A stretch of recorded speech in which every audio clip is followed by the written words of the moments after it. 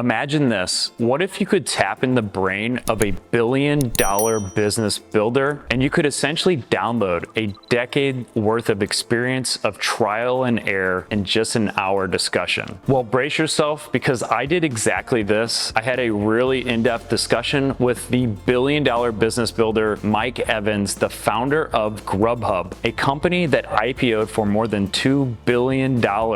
And Mike shared everything he learned from getting started at the very beginning of building Grub Hub to where he's at now and some of the new ventures he's gone on to work on and what he's currently doing and everything in the middle. The only thing that matters in a consumer business is a repeat purchase. So I'm going to share the top 3 insightful things I learned from this discussion so you can shortcut your way to business success. There's not even one definition of success. There's multiple. Mike Evans is the man who turned a simple desire for better delivery options into a whopping $2 billion enterprise, Grub Hub. Essentially, he was tired of calling restaurants and having them read the menu out to him. You couldn't find restaurant menus anywhere online, and he had to turn to the Yellow Book to figure out who was delivering to him and was spending countless hours trying to get food delivered. So how did Grub Hub, this household name we all have come to love, into an existence? How did it get started? It all started with a dream for better food delivery,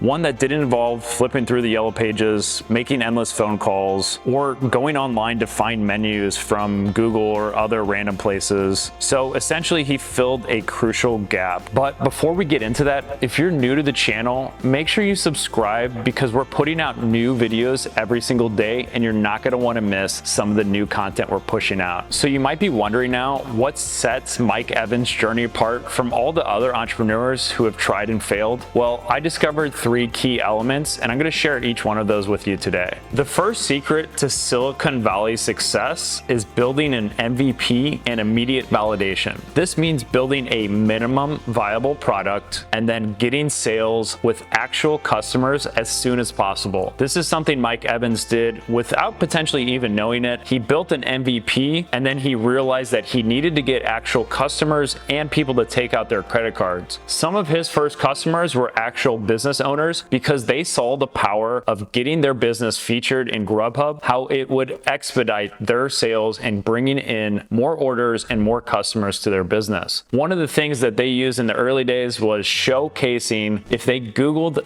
their industry, pizza place in New York City in downtown Lower Manhattan, these keywords were essentially showcasing their businesses already. So imagine going into a business saying, hey, my business is ranking #1 for your industry and your competitors. We'll put you in the #1 spot. These early days, this was a no-brainer for businesses and restaurants to start paying them money. So this is why creating an MVP and getting sales early on is so important so you don't waste years and years of building something without actually testing. Is there a demand for this product and is there a demand in this market right now? It took a lot of reps. Like I read a lot, I talked to people, so I got like the theory, but it took a lot of reps. I had to sell a bunch before I got pretty good at sales. It took some time and some reps and some effort. And so that was a big challenge. Coming in at #2 is profitability. Mike Evans focused on making the business profitable because to have a successful business, it needs to make money. Most Silicon Valley people and most tech entrepreneurs, they're focusing on user acquisition and customer growth without having to make an actual profit. So Mike took a different approach and focused on making sure the business was profitable before bringing on venture capital. This made it easier for them to raise money and easier for them to scale a proven business model that was already making money from the early days. Is you get a board of directors and you have people around the table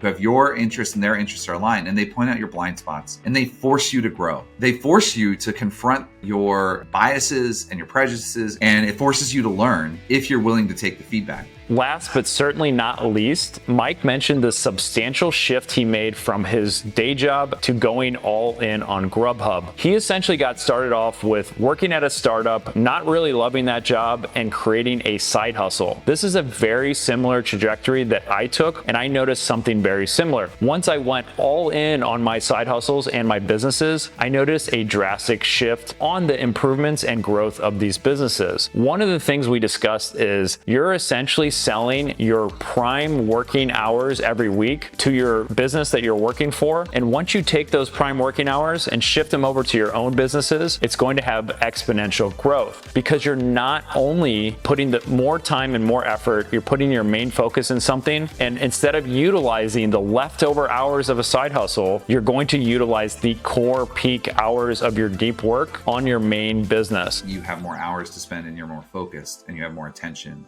You're not distracted. But the actual quality of the hours you spend is higher when you don't have like a full-time job distracting you. So I suggest most people get something validated before you make that jump, because a lot of times it can take longer to figure out a business that actually has product market fit and something that is going to be scalable. So I don't think you should quit your day job quite yet until you have the MVP and some initial customers. Then once you hit that point, consider jumping ship and going all in on your side hustles. Now, Mike's journey is absolutely fascinating, and I'm going to be publishing the full hour-long interview. If you want to watch that, I'll leave a link below in the description. It's going to be on a different channel. So if you haven't yet, make sure you hit subscribe, because I'm putting out new videos every single day, and you need to turn on the bell notification icon to get alerted when these videos are actually coming out.